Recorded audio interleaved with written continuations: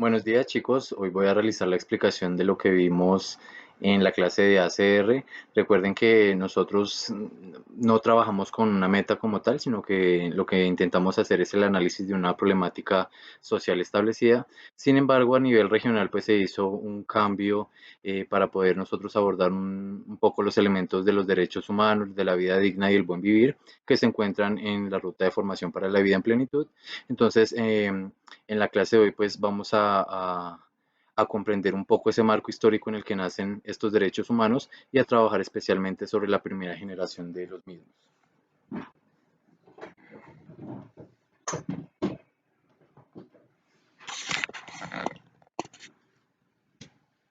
Listo chicos, entonces en esta generación de derechos humanos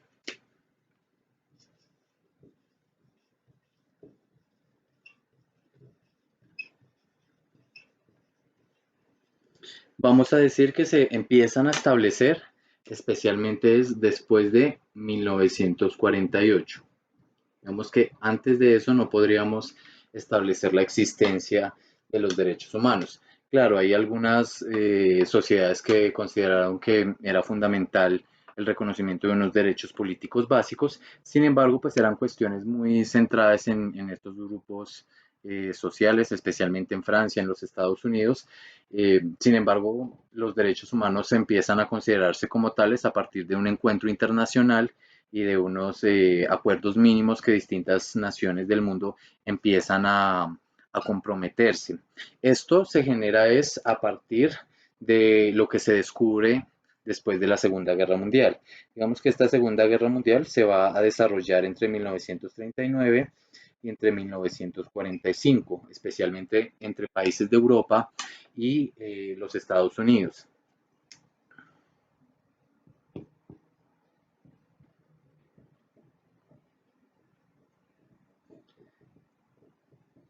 Digamos que en el reconocimiento de esta Segunda Guerra Mundial, los enfrentamientos militares entre distintas naciones pues siempre han sido algo que ha acompañado la historia de la humanidad, especialmente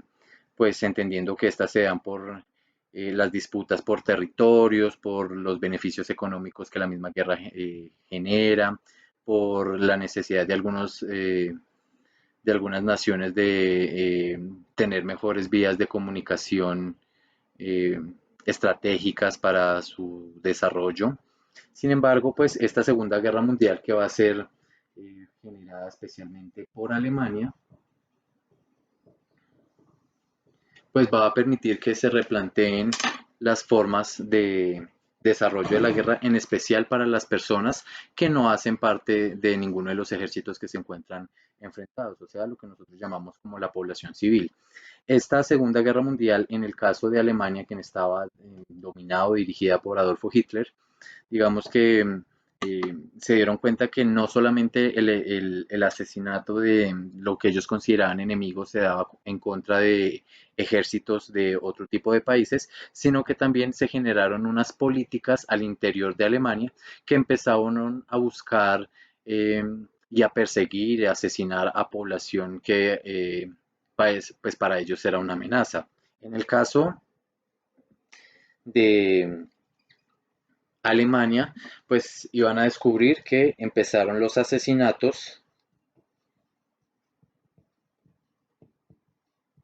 especialmente a la población judía, ya que para Hitler y su grupo político, pues la población judía iba a ser eh, uno de los responsables de la pérdida de la Primera Guerra Mundial de Alemania, iba a ser responsable de la crisis económica en la que se encontraba, iba a ser un grupo que para ellos consideraban se adueñaba cada vez más de la economía de esta nación y digamos que empezaron a tener el lema de que Alemania tenía que ser dominada y manejada solamente por alemanes y que tenían que expulsar de su territorio cualquier tipo de grupo social que no fuera parte de las tradiciones alemanas. Esto implicó que con este discurso se generó el asesinato en campos de concentración, o sea, se crean unos lugares especiales para trabajos forzados y para asesinar a la población judía, lo que implicó que según las investigaciones, pues 6 millones de judíos fueran asesinados en estos campos de concentración. Sin embargo, también hay que tener claridad que no solamente la población judía fue quien se vio afectada, las personas que tenían posiciones políticas distintas al régimen nazi, las personas que de pronto ejercían la prostitución, las personas homosexuales, las personas de raza negra, todas ese tipo de personas que para la Alemania nazi eran personas inferiores o personas que tenían un crimen contra, inclusive contra la moral, eran llevadas a este tipo de campos de concentración. En estos campos de concentración lo que hacían era primero hacerlos trabajar de forma ardua hasta el cansancio, eran jornadas laborales de 14, 16 o inclusive más horas, eh, lo que los llevaba en poco tiempo pues a un cansancio físico extremo. eh, la alimentación que les daban a las personas, pues obviamente no eran las mejores condiciones, había hacinamiento, habían malas condiciones sanitarias, no habían servicios médicos, lo que hacía pues que muchas de estas personas a los pocos meses empezaran a morir por enfermedades o por las mismas condiciones de trabajo. Por otro lado, pues cuando ya no consideraban que estas personas estaban siendo útiles para ellos, eh, hacían asesinatos colectivos, sea por medio de disparos o incluso a veces los llevaban a la ducha para que ellos creyeran que que se estaban bañando, pero mientras estaban duchándose entre todos, pues ellos empezaban eh, a abrir como unos gases en los que pues las personas al aspirarlo pues iban al poco tiempo a morir. Entonces, eh, estos relatos se empezaron a conocer es después de que Alemania pierde la Segunda Guerra Mundial y cuando llega el ejército ruso y el ejército de los Estados Unidos al interior de Alemania, pues va a empezar a encontrar todos estos tipos de campos de concentración donde la gente que alcanzó a sobrevivir antes de que se acabara la Segunda Guerra Mundial, pues empezó a contar los distintos relatos de cuáles eran los tratos por los que ellos se veían atravesados y se dieron cuenta que sin importar el lugar, casi todos tenían las mismas experiencias, o sea que digamos que había una forma común en que se trataban a las personas y se pudo establecer pues que efectivamente había una gran cantidad de cuerpos, había personas en malas condiciones higiénicas y de salud y pues al mundo después de esto empezó a conocer qué era lo que pasaba con la población judía. Muchas personas inclusive que vivían al interior de Alemania, gente del común, pues sabía que había como cierta discriminación en contra de la población judía. Muchos se habían dado cuenta que a los judíos los sacaban de sus hogares, pero pues digamos que ellos pensaban que de una u otra forma los sacaban del territorio alemán. No eran conscientes en su mayoría que pues existían estos campos para su asesinato. Entonces, cuando se enteran de estos asesinatos y de la muerte de estos 6 millones de judíos, las distintas naciones del mundo deciden unirse para crear un organismo internacional que intentara evitar la propagación de más guerras en el futuro, pues debido a las múltiples muertes que esta guerra generó en todo el mundo y pues de una u otra forma intentar llegar a unos acuerdos para que más guerras no se desarrollaran y para que si se llegara a desarrollar una guerra, pues la población que no estaba incluida, que no estaba enfrentada, pues no se viera afectada por crímenes de los ejércitos, sino que tuvieran unas garantías mínimas. Entonces van a fundar también en el año 1948 lo que conocemos hoy en día como la ONU o la Organización de Naciones Unidas. No todos los países se iban a involucrar en ese año, hay países que se empezaron a involucrar años después y que empezaron a acatar los derechos que allí se eh, propusieron. Entonces, se va a crear esta Organización de Naciones Unidas también en 1948. Esta Organización de Naciones Unidas lo que va a proponer es que la población tiene que tener unos derechos básicos que cada uno de los países que sea miembro tiene que garantizar. Entonces, estos derechos que se van a plantear van a ser para toda la población y lo que hace énfasis esta organización es que los derechos no van a ser privilegiados, o sea, que Estos derechos tienen que ser garantizados sin importar la raza a la que pertenezca la persona. Entonces, no importa si es de alguna población indígena, blanco, negro, asiático, o bueno, de las múltiples razas que son catalogadas en, en la humanidad. Tampoco se hace parte de un grupo étnico o cultural, sin distinción tampoco del sexo. O sea, esto no van a ser derechos para hombres nomás, sino que tiene que ser eh, distinciones para el sexo masculino o el sexo femenino. Tiene que ser derechos sin importar la religión, sin importar el idioma, sin importar las costumbres y tradiciones culturales. Digamos que estos derechos van a ser transversales y todos los países tenían que garantizar que de una u otra forma pues puedan ser cumplidos. Al momento de organizar esta ONU, pues van a plantear una primera generación de derechos humanos, a la cual pues van a denominar como la generación de los derechos en términos de reconocimiento de libertades.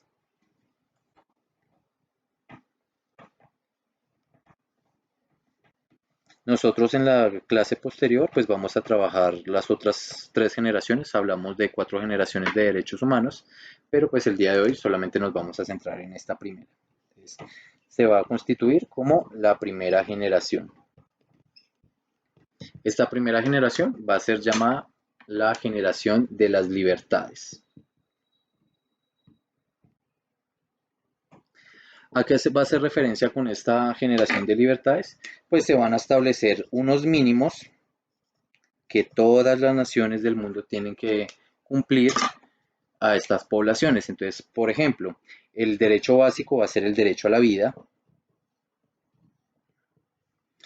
Derecho a la vida, ¿en qué sentido? Que todos los países tienen que garantizar que no van a existir formas de maltrato, no van a existir formas de tortura, no van a existir en sus territorios, por ejemplo, elementos como penas de muerte, que violen el derecho fundamental. Digamos que esto es un aspecto importante para tener en cuenta, ya que en la actualidad, casi siempre que hay elecciones, siempre salen candidatos diciendo que ellos van a proponer que haya pena de muerte para violadores de niños, que haya pena de muerte para secuestradores, que haya pena de muerte para violadores de mujeres, digamos como pena de muerte para esos crímenes que más repudia la sociedad. Sin embargo, pues estas leyes no van a poder surgir a pesar de que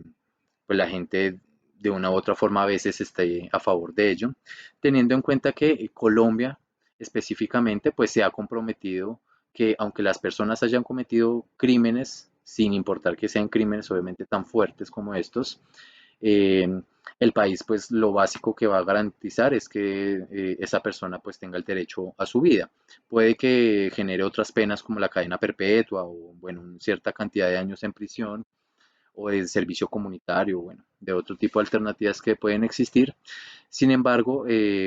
los políticos a veces se aprovechan de la indignación que tiene la gente para que los apoyen en las elecciones, pero se van a dar cuenta que este tipo de leyes no van a poder surgir porque estarían violando el derecho básico que va a ser este derecho a la vida. Por otro lado, van a empezar a hablar de el derecho a la libertad. Recordarán que en la sociedad, digamos, de lo que hemos visto el año anterior, en estas sociedades, especialmente en América y en África, pues en la época de la colonización estuvo naturalizado que los seres humanos comerciaran con otros seres humanos, o sea, que vendieran y compraran humanos, a lo que nosotros pues vamos a llamar como la esclavitud. Eh, entonces, digamos que a pesar de que haya pasado mucho tiempo, en el año 1948 pues se dieron cuenta que hay partes del territorio en el mundo donde todavía se sigue comerciando con humanos y lo que van a hacer es obligar de cierta forma a estos países a perseguir eh, este tipo de crímenes contra las libertades de las personas. Entonces todos los estados se comprometen a que dentro de su territorio nadie puede ser sometido a la esclavitud. ¿Listo? Otro aspecto fundamental va a ser el de la formación de una nacionalidad.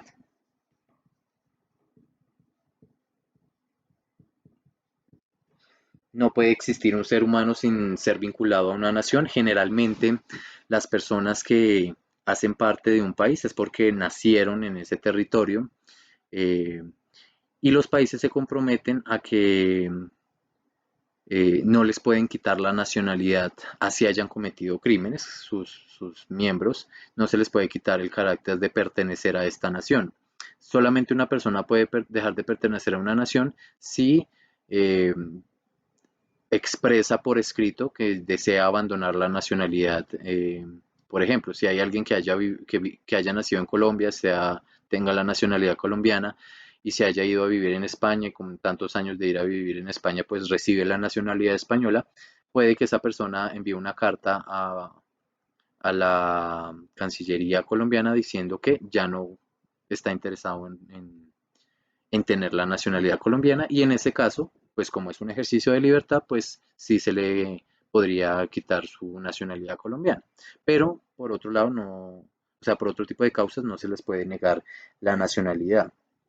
Esto pasa inclusive en las personas que son hijos de personas extranjeras. Digamos que en el caso de Colombia, hay gente que dice que el presidente está cometiendo un error, o bueno,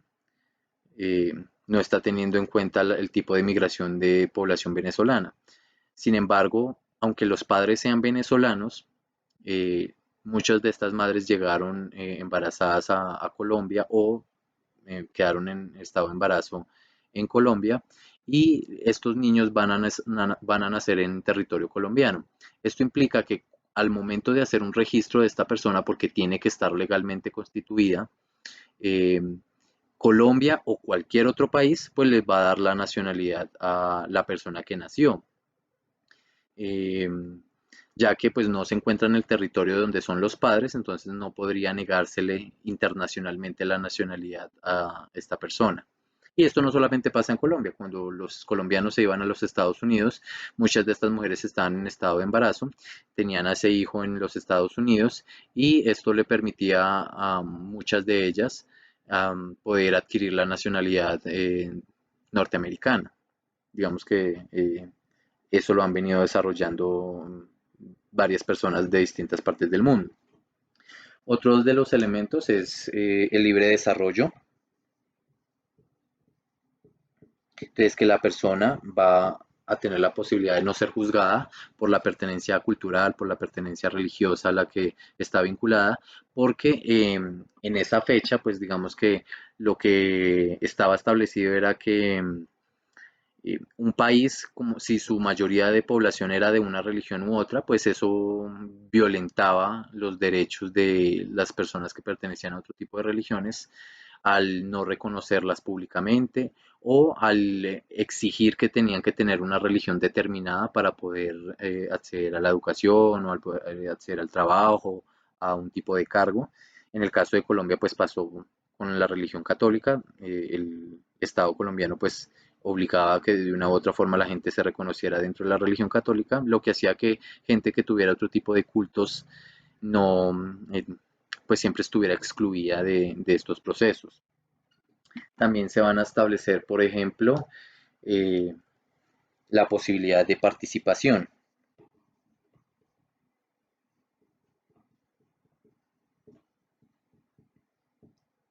Entonces, digamos que distintos países del mundo negaban la posibilidad de que otros grupos humanos, que no fueran el grupo humano dominante, participaran en las elecciones, en las votaciones, en agrupaciones políticas, en agrupaciones sindicales, en agrupaciones campesinas, dependiendo de sus características físicas, culturales y demás. Digamos que este derecho a la participación, los grupos minoritarios en estos países pues se lo empezaron a disputar con sus gobiernos, debido a que en el caso, por ejemplo, de Colombia, quienes podían participar en elecciones eran hombres blancos, eran hombres eh, con dinero, o sea, tenían que ser de clase media, de clase alta, tenían que ser hombres estudiados, tenían que ser hombres católicos que hablaban español, que fueran heterosexuales, bueno, tendrían que tener unas características particulares. Esto implicaba que de una u otra forma las personas que en su mayoría no iban a componer esas características, pues no pudieran participar. Y obviamente los gobiernos que eran elegidos, pues eran elegidos por este tipo de hombres que tenían estas características. Entonces, en otros países donde no se les iba a dar la posibilidad del voto a las personas de raza negra o de raza indígena, pues iban a empezar a generarse agrupaciones para exigir este tipo de derechos. Ustedes recordarán, por ejemplo, eh,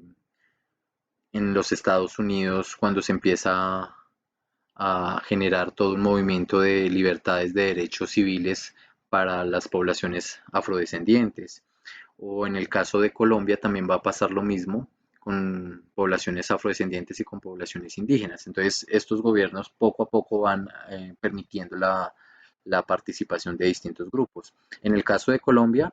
los primeros que dejaron participar pues van a ser hombres blancos que no fueran estudiados y que no fueran de clase alta. Después de ellos sí dejarían participar a hombres que fueran de raza indígena o de raza negra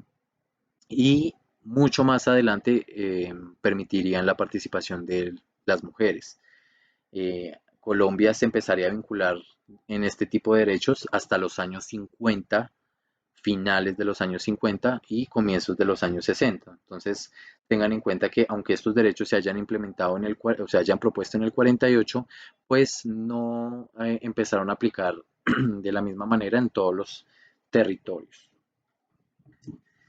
Listo, pues esto sería como los elementos básicos que nosotros desarrollamos el día de hoy en la clase de comunicación y sociedad en la clase de ACR. Eh,